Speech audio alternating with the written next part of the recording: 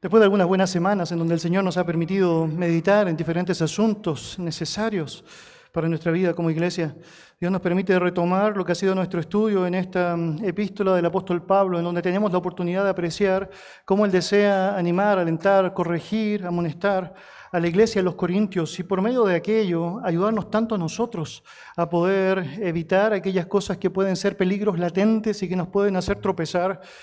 Claramente arrepentirnos de aquello que pudiésemos estar haciendo mal y que queremos hacer a la luz de la verdad, pero también solidificar aquello que está bien y decir, bueno, sigamos adelante en pos de aquello que el Señor ha establecido. Sin duda, hay imperativos grandes que podemos considerar a través de lo que ha sido el estudio que ya hemos tenido a través de los primeros capítulos de esta carta. La oportunidad que el Señor nos da de apreciar la santidad, la demanda de santidad que Él establece a través de su verdad, es algo que claramente Él desea que la iglesia pueda estar disponible para llevar, pueda estar dispuesta para cumplir, para obviamente ejercitar. Dios desea que por medio de la diferencia y no de la similitud con el mundo, la iglesia pueda generar un impacto correcto en el mundo. En un sentido práctico, el mostrar a través de lo que significa nuestra vida cristiana cómo Dios ha obrado poderosamente en nosotros es algo que puede impactar poderosamente a este mundo perdido que tanto necesita como nosotros lo hemos necesitado de la gracia del Señor. En ese contexto, en el contexto de la importancia de la santidad, las lecciones gráficas que Pablo ha compartido son tremendamente necesarias. Cómo Dios muestra a la iglesia la importancia de tratar las cosas a su manera y no a la manera como el hombre quisiera en momentos específicos enfrentarlas. La exhortación del capítulo 5, en la cual estuvimos o no inmersos durante varias semanas, nos enseña sobre el peligro de la tolerancia ante el pecado y cómo pronto nos podemos ver envueltos simplemente al empezar a ceder bajo el estándar que Dios estableció a una realidad en donde claramente no solamente estamos deshonrándole a Él, sino que además estamos afectando lo que significa nuestra propia convivencia y nuestro sentido de iglesia, ese sentido que debe preservar fielmente la bondad, la santidad y la fidelidad hacia Dios. De pronto nos podemos encontrar bajando la guardia y aceptando aquellas cosas que pueden ser para el mundo muy aceptables, pero ante Dios completamente intolerables. Y allí el desafío cristiano de decir, no voy a avanzar allá, no voy a procurar, es decir, seguir en aquel camino incorrecto. La lección allí nos muestra cómo lejos de la inacción, lo que Dios espera es que los creyentes puedan ser activos en lo que implica su resolución de conflictos, activos en lo que significa el tratamiento frente al pecado. Por lo tanto, Pablo enseña allá la manera en cómo debía tratarse a este hombre que estaba perseverando en un pecado que aún el mundo consideraba perverso. Y además las lecciones de Jesús en Mateo capítulo 18 nos dan gran luz en cuanto a cómo debería ser la manera en cómo el creyente debería tratar el pecado que nos rodea en el marco de la iglesia. Al llegar al capítulo 6, que es el capítulo que comenzamos a abordar hoy día, tenemos otra expresión peligrosa dentro de la iglesia, pero que refleja el mismo diagnóstico. Es el no hacer las cosas a la manera de Dios. Si bien en el 5 el problema está en la inacción, es en no hacer nada frente al pecado, en el capítulo 6 el problema es que la iglesia estaba haciendo cosas, pero las estaba haciendo mal. Es decir, la forma en cómo estaban intentando resolver sus conflictos era una forma completamente impropia ante aquello que el Señor había establecido. Es por eso que a través de este texto tenemos la oportunidad de ser afinados de parte de nuestro Dios a aquella actitud que es correcta y la forma correcta en cómo nosotros debemos tratar los conflictos sabiamente. Acompáñame entonces allá, capítulo 6 de 1 Corintios. Voy a leer para usted desde el versículo 1 al 8. La palabra del Señor dice así: ¿Osa alguno de vosotros, cuando tiene algo contra otro, ir a juicio delante de los injustos y no delante de los santos? ¿O no sabéis que los santos han de juzgar al mundo? Y si el mundo ha de ser juzgado por vosotros, ¿sois indignos de juzgar cosas muy pequeñas? ¿O no sabéis que hemos de juzgar a los ángeles? ¿Cuánto más las cosas de esta vida? Si pues tenéis juicio sobre cosas de esta vida, ¿ponéis para juzgar a los que son de menor estima en la iglesia? Para avergonzaros lo digo, pues ¿qué no hay entre vosotros sabio, ni aun uno que pueda juzgar entre sus hermanos? Sino que el hermano con el hermano pleitea en juicio, y esto ante los incrédulos. Así que, por cierto, es ya una falta en vosotros que tengáis pleitos entre vosotros mismos. ¿Por qué no sufrís más bien el agravio? ¿Por qué no sufrís más bien el ser defraudados? Pero vosotros cometéis el agravio y defraudáis, y esto a los hermanos. Vamos a orar. Señor Dios, te damos muchas gracias por la porción de tu palabra que nos permite, Señor, poder considerar. Gracias por el texto bíblico y por la vida, Señor, graficada a través de él y compartida a nosotros, Señor, de una manera preciosa, en donde deseas que todo lo que implica con nuestra santificación esté adosada completamente a tu verdad y que podamos día a día el poder estar siendo alineados a aquello, Señor, que tú deseas, obviamente de manera personal, pero también, Señor, en el marco de la congregación, en la forma, Señor, en cómo tú nos concedes el privilegio de ser tu iglesia, bajo tus parámetros, bajo tu forma, Señor, bajo tu verdad. Señor, ayúdanos a ser sensibles a tu voz y permíteme a mí, Señor, no interferir con aquello que deseas comunicar a tu pueblo y que los dichos de mi boca, la meditación de mi corazón sean gratos delante de ti. En el nombre de Jesús. Amén. Amén. Al terminar el capítulo 5, en el cual invertimos algunas semanas, Pablo ha señalado que la iglesia tiene el deber de juzgar el pecado existente dentro de su comunidad, pero también ha dicho que no tiene sentido el hecho de estar juzgando el pecado de los de afuera. Los de afuera, básicamente como reflejo de lo que significa el vivir bajo los parámetros del mundo y de Satanás, vivirán así. El gran deber que tenemos como iglesia frente a los incrédulos es la predicación del Evangelio. Es el desafío a ir a la verdad, es el desafío a vivir en coherencia con una entrega del corazón en primer lugar y como resultado de eso, aquellos elementos de la vida que necesitan ser ordenados naturalmente en Cristo serán ordenados.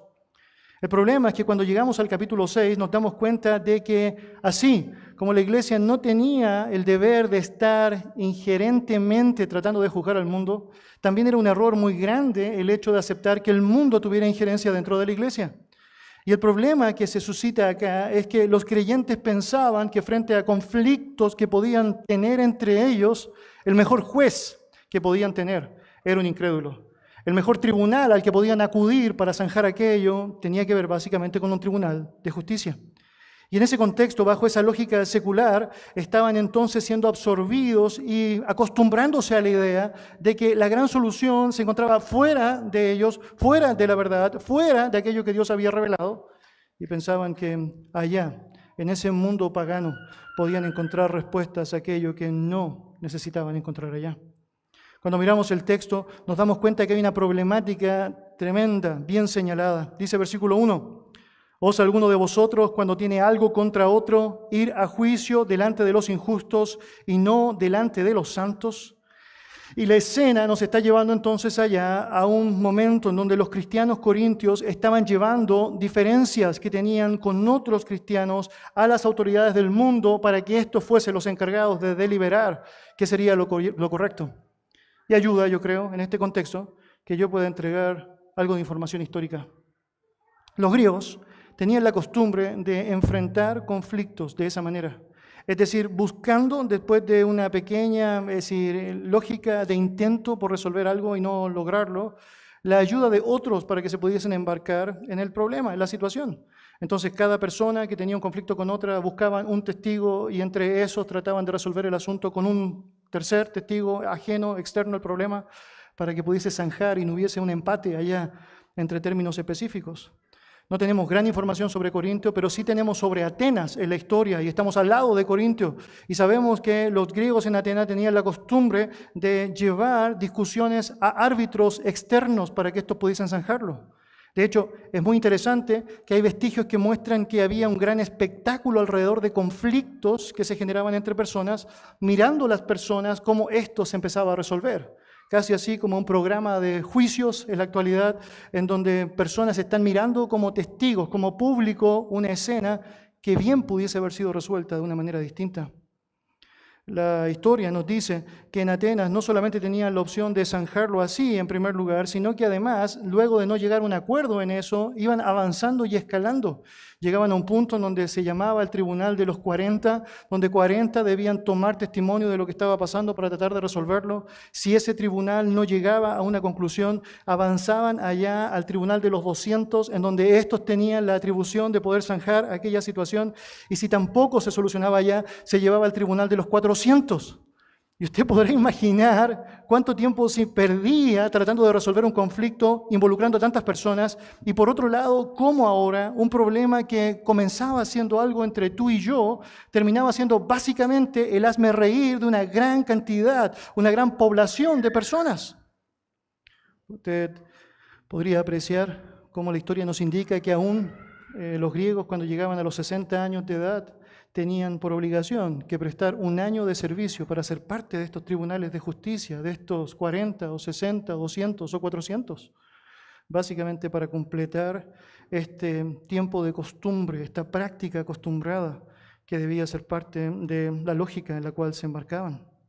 Es obvio, tal como lo hemos aprendido, que los corintios tenían una fascinación por la filosofía humana, por esta concepción cultural que los griegos tenían, por lo tanto, están pensando que es una buena idea imitarles en absolutamente todo. Y así como la inmoralidad era traída a la iglesia, así como los conflictos mal enfrentados y la tolerancia ante el pecado era traída también a la iglesia, la forma de resolver los conflictos, de alguna forma influenciada por el mundo, también estaba llegando a la iglesia. Y de alguna forma, los corintios estaban acostumbrando a pensar que la mejor forma para enfrentar cualquier diferencia entre tú y yo y evitarnos un gran conflicto entre tú y yo era básicamente involucrar a otros, y ahora en la práctica lo que lograba era expandir un conflicto mucho más allá. Mis queridos, una gran lección de 1 Corintios capítulo 5 es que un poco de levadura leuda toda la masa. Y no te demoras mucho en darte cuenta cómo todo el mal se arrastra hacia la iglesia cuando no estás dispuesto a dejarlo donde corresponde, que éste esté. Y empezamos a ver cómo la corrupción empieza a permearlo todo. Y es porque hay un asunto de fondo allá que tiene que ser asumido por nosotros. Es Cristo quien ha resuelto el gran conflicto de nuestras vidas. Es Cristo que nos ha llamado a ser pacificadores. Es Cristo que nos llama a estimar al otro como superior. Por lo tanto, bajo esa lógica, pensar que hay un externo sin Cristo que puede ser el encargado de resolver nuestros asuntos, francamente es algo que escapa de la concepción que Pablo tenía y quería compartir para los creyentes en Corinto. Entonces, aquí tenemos un grupo de creyentes que piensan que sus problemas tienen que ser resueltos por el mundo, y Pablo establece que aquello no debe ser así.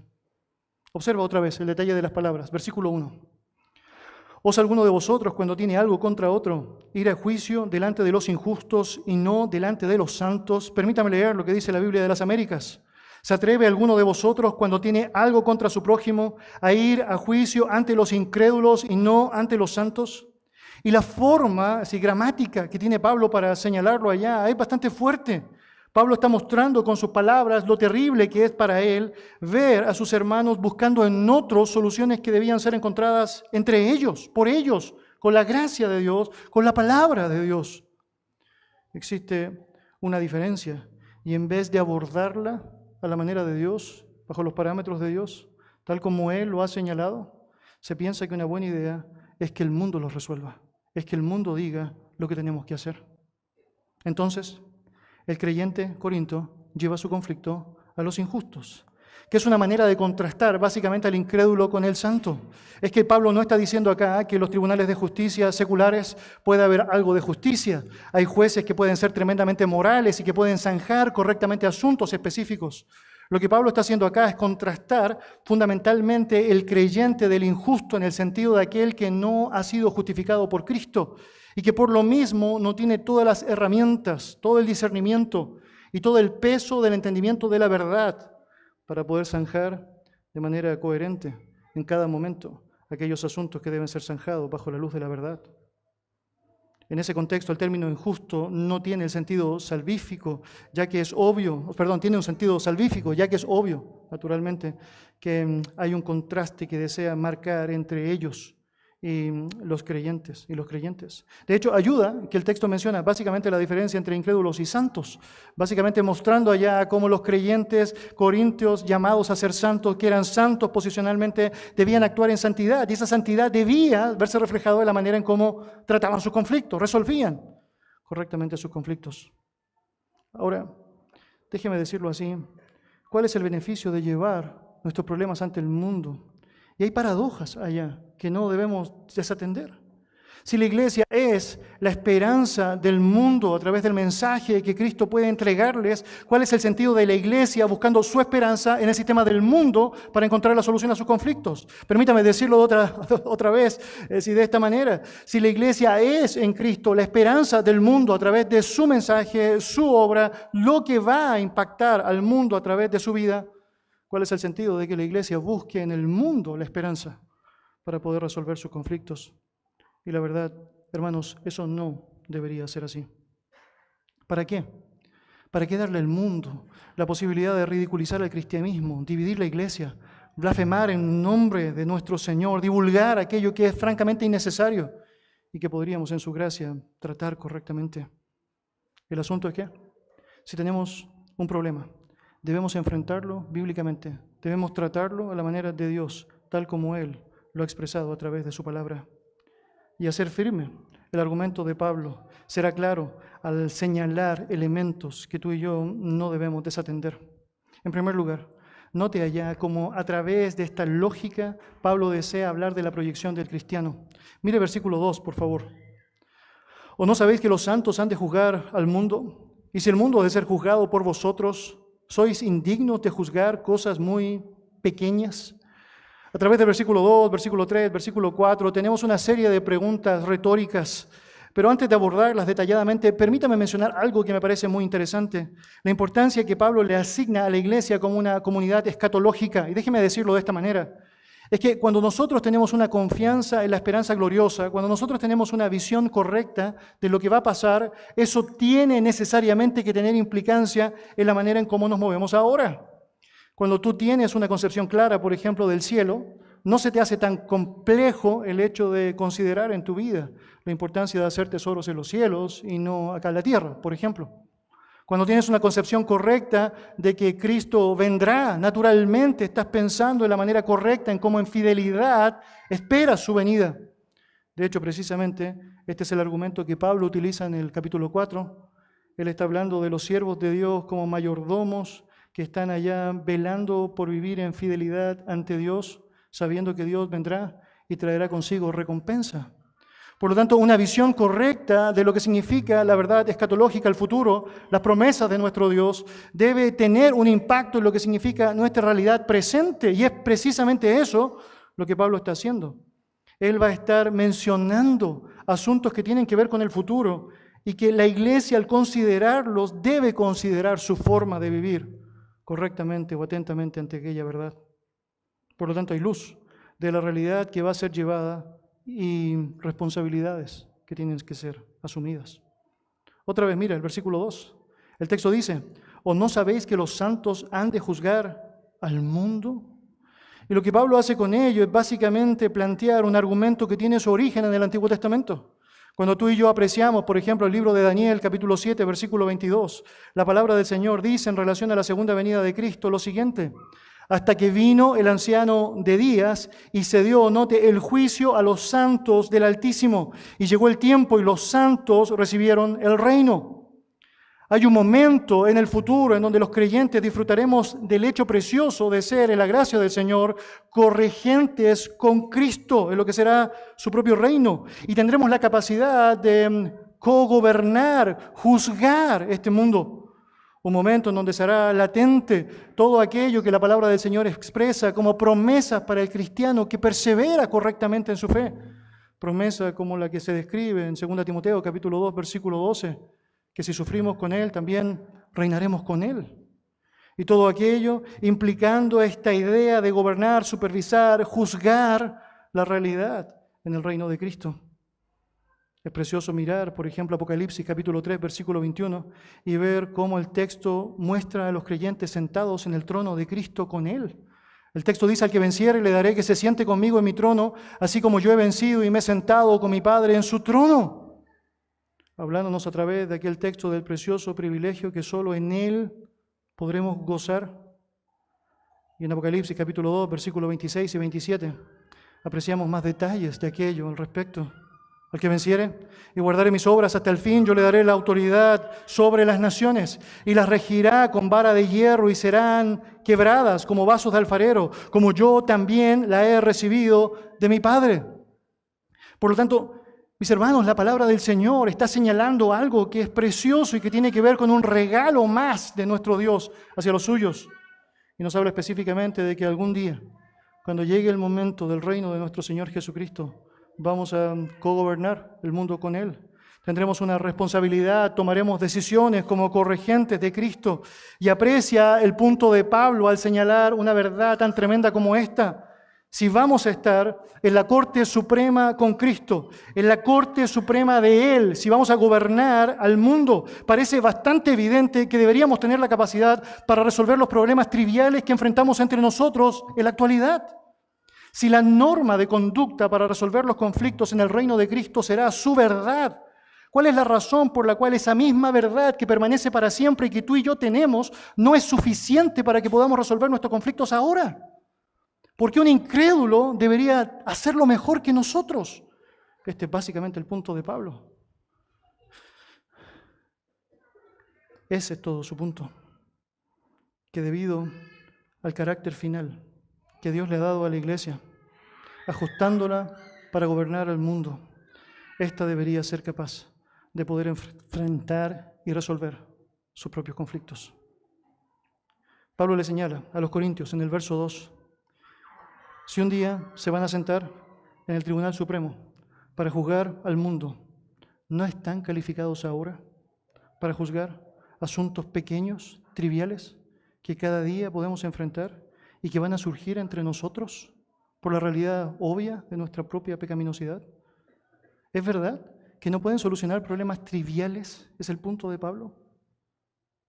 Queridos, si un día vamos a ayudar a gobernar todo este mundo, ¿por qué no podríamos gobernarnos a nosotros mismos, sometiéndonos al Señor de la manera que Él espera?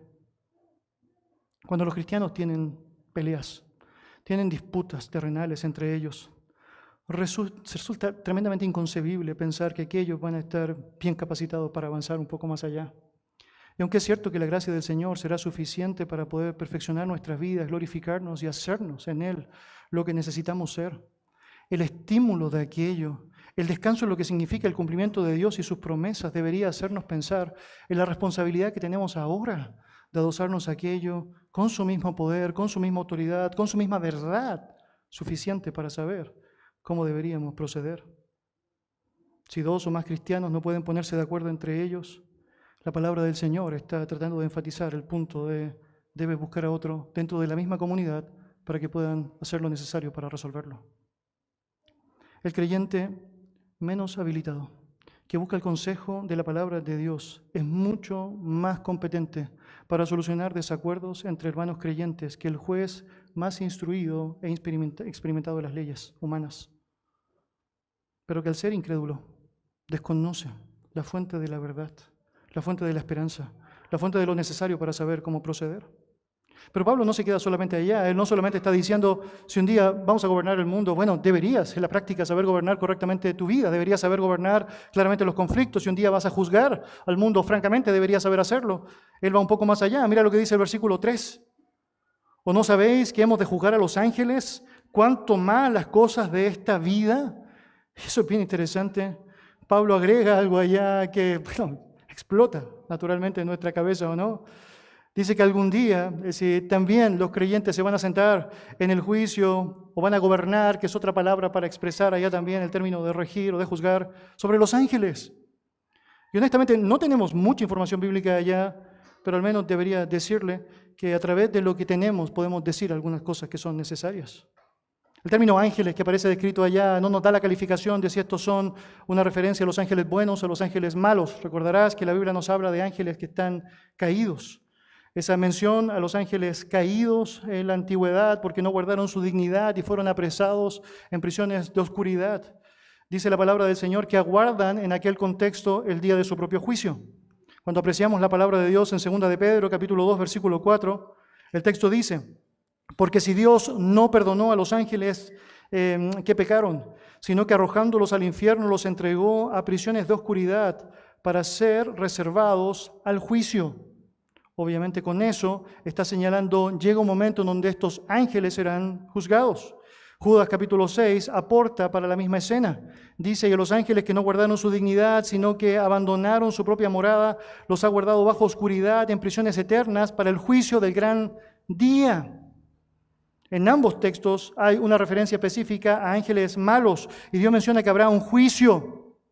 Y si bien ellos no nos dicen si el creyente estará involucrado allá, es probable que Pablo pudiese estar haciendo una referencia precisamente a aquello, en donde los creyentes estarán con Cristo precisamente allá, velando por el cumplimiento de ese juicio a aquellos ángeles. Otra opción que la palabra del Señor nos entrega tiene que ver con aquellos ángeles que no cayeron, aquellos ángeles santos. Y de alguna manera sabemos, ellos no serían bajo ninguna perspectiva juzgados por algún pecado cometido, porque han vivido de una manera digna en contraste con estos ángeles caídos.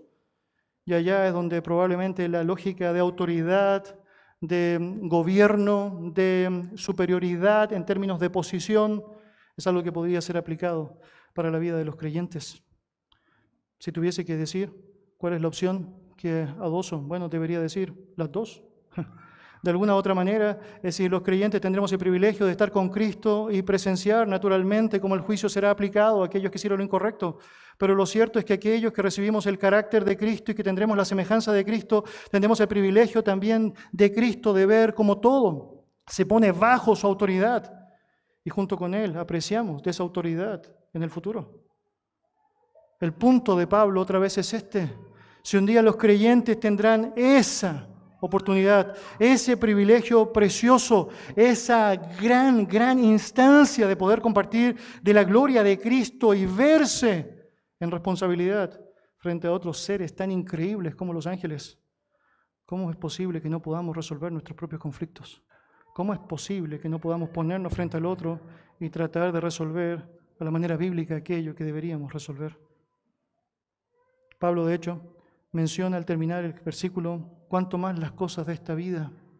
Si las cosas de la otra vida serán claramente bien guiadas por nosotros, por la gracia de Dios, ¿por qué no ahora comenzar a hacerlo de la manera que el Señor esperaría?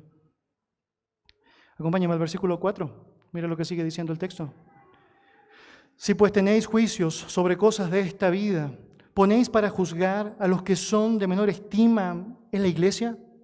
Y mire, hay varias posibles traducciones en el texto. De hecho, si usted tiene diferentes versiones en español, usted se va a dar cuenta de eso. Pero debería decir que hay algo en el punto en el cual quiero destacar y en donde estamos de acuerdo. Francamente, todas las traducciones están de acuerdo. Si existen disputas, conflictos o desavenencias dentro de la iglesia, ¿quiénes son los que deberían zanjarlas? Es el punto de Pablo. El contexto ha explicado básicamente eso. Y obviamente la amonestación que él quiere hacer a los creyentes guarda relación directa con eso. Obviamente no deberían ser aquellos que no están capacitados para eso, que no tienen parte o están fuera de la realidad eclesiástica. La Biblia de las Américas lo traduce así. Entonces, si tenéis tribunales que juzgan las cosas de la vida, ¿por qué ponéis por jueces a los que nada son en la iglesia? El punto de Pablo es que los que no son parte no deberían tomar parte, cuando francamente aquello puede ser resuelto bajo los parámetros de Dios.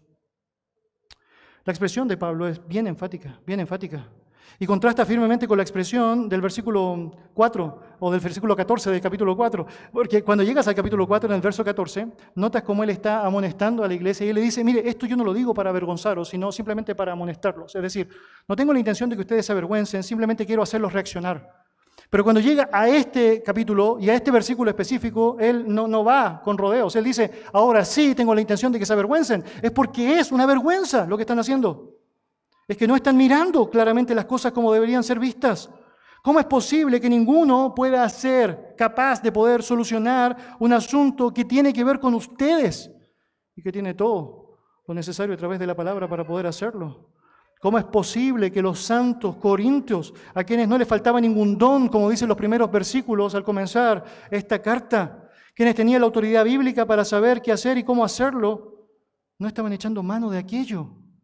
Y Pablo dice, es una vergüenza. Inevitablemente, eso nos tiene que hacer pensar en la manera en cómo nosotros pensamos con ligereza que debemos resolver problemas que podemos tener entre nosotros. Pablo pregunta, ¿es que acaso no hay ningún hermano en medio de ustedes? Es decir, ¿no hay ningún sabio ni aun uno que pueda juzgar entre sus hermanos. Y esto es un sarcasmo no tremendo que no necesito explayarme para explicar. ¿No hay una sola persona que esté capacitada para poder decirles lo que la Biblia dice sobre este asunto específico? Mis hermanos, es verdad. Dios asume que vamos a tener conflictos entre nosotros.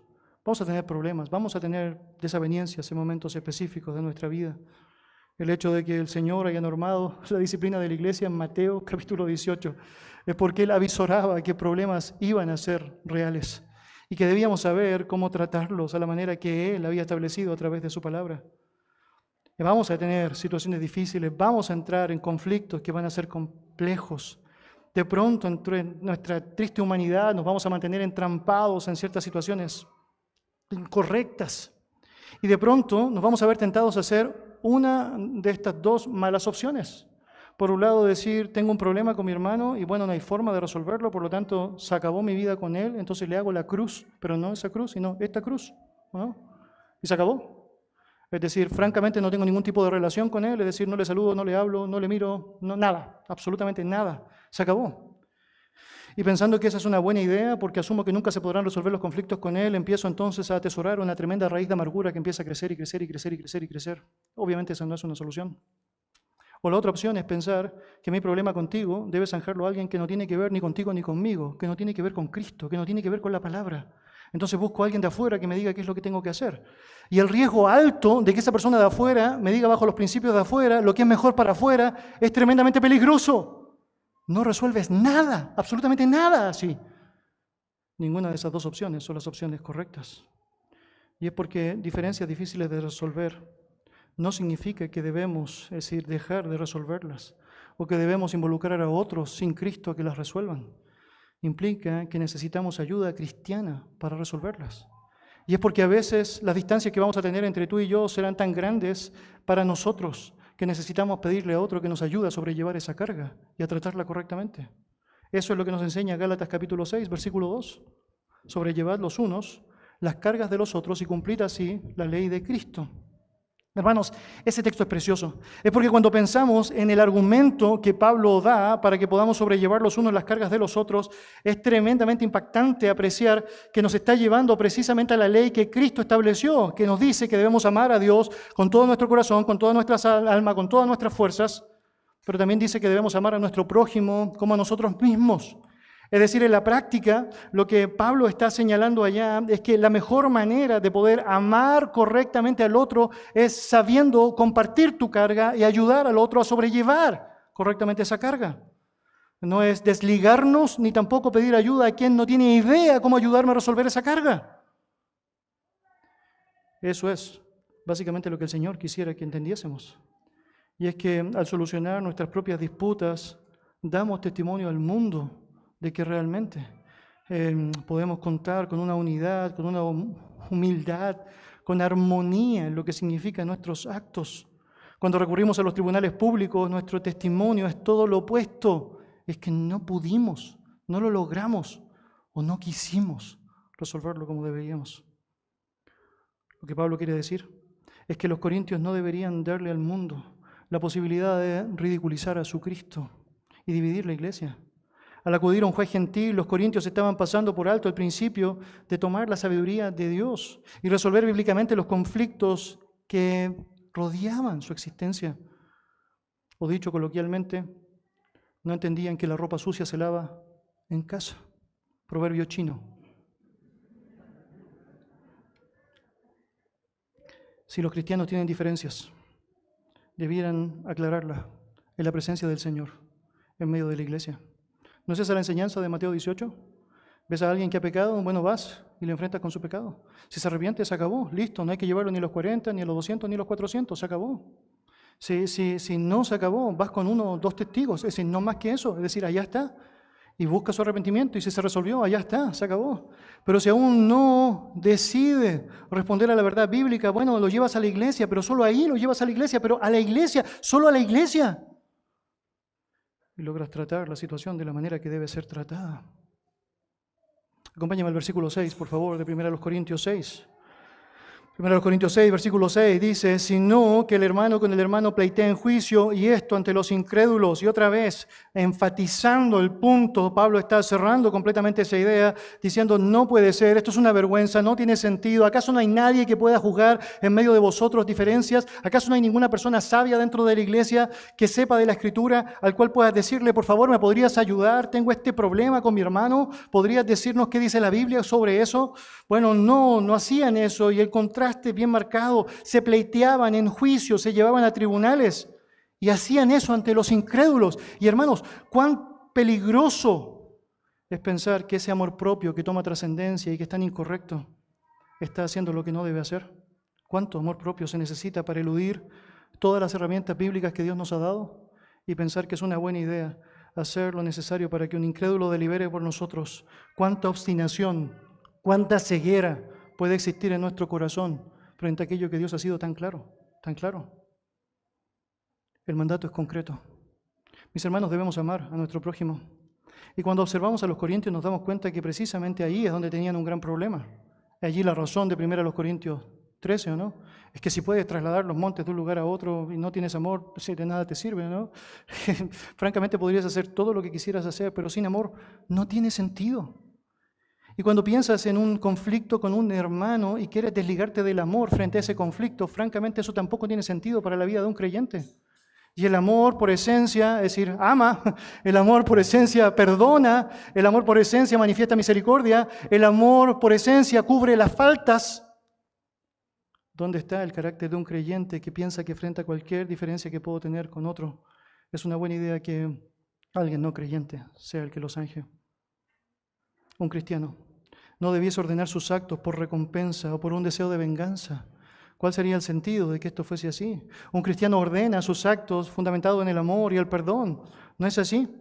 Un cristiano va a buscar la paz. Un cristiano va a perseguir la paz y la va a buscar a toda costa, como dice la palabra del Señor. Es por eso que Pablo expresa, no puedo creer que ustedes estén demandando unos a otros ante tribunales paganos cuando el énfasis del cristianismo debería ser completamente distinto. Y debe ser impactante para él apreciar como cristianos que tenemos como principio de vida lo que he mencionado, el perdón y el amor. Pensamos que es una buena idea presentarnos ante el mundo, demostrándole al mundo que no pudimos ejercerlo. No pudimos ejercerlo.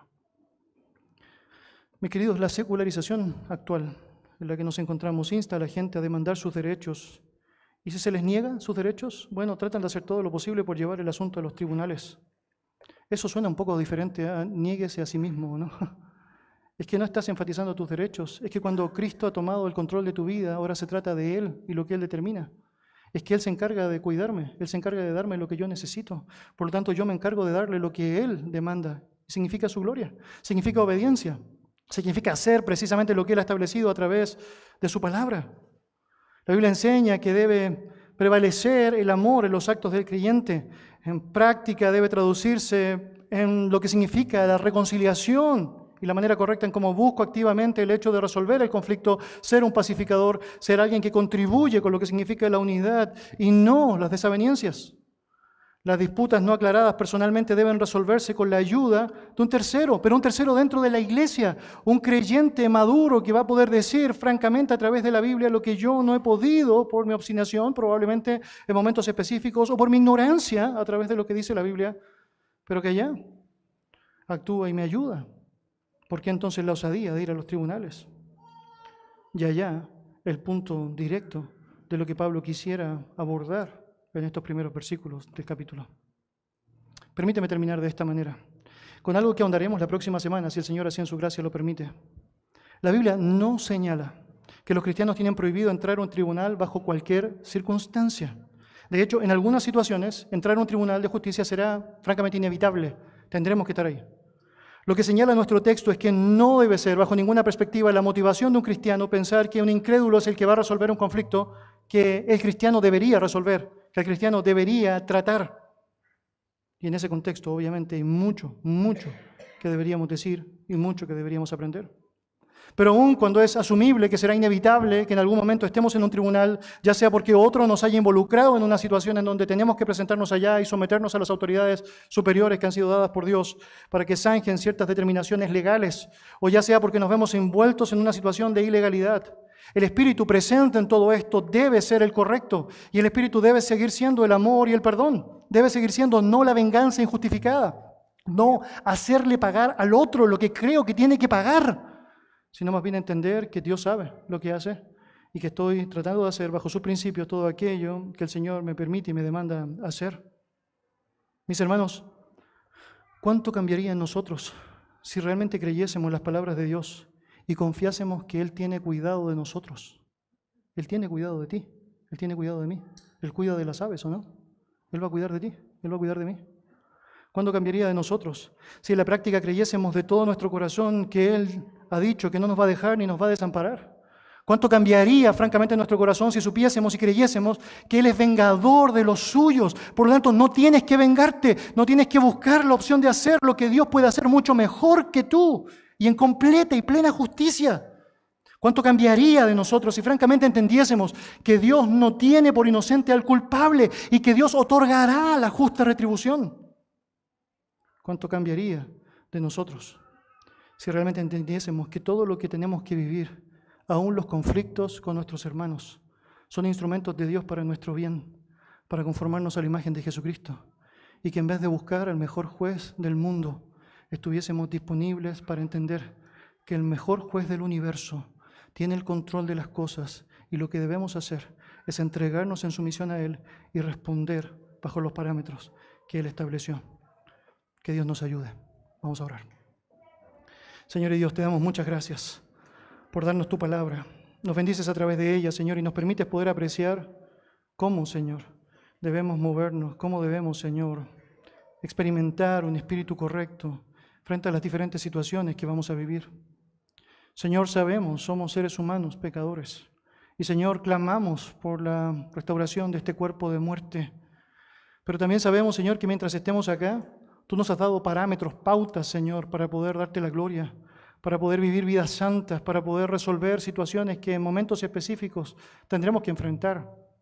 Y, Señor, vamos a tener diferencias, vamos a tener conflictos, Padre amado, pero te rogamos, nos ayudes a poder recordar que tú has establecido maneras para resolverlas, Padre. Y queremos, Señor, como iglesia, presentarnos como un ejemplo ante el mundo. Queremos, Señor, mostrarle al mundo que resolvemos correctamente nuestros problemas, que nos amamos de tal manera que no dejamos pasar el pecado, porque francamente eso es algo impropio, pero que lo tratamos de la manera como debe ser tratado.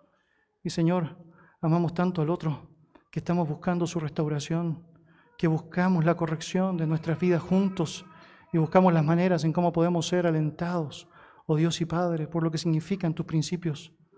Señor y Dios, nosotros sabemos, nos vas a permitir pasar por situaciones que pueden ser tremendamente difíciles, pero Dios, también sabemos, estamos contigo, tenemos de tu gracia, tenemos tu palabra, y te rogamos, Señor, nos hagas sensibles a ser obedientes a ella. En el nombre de Jesús. Amén.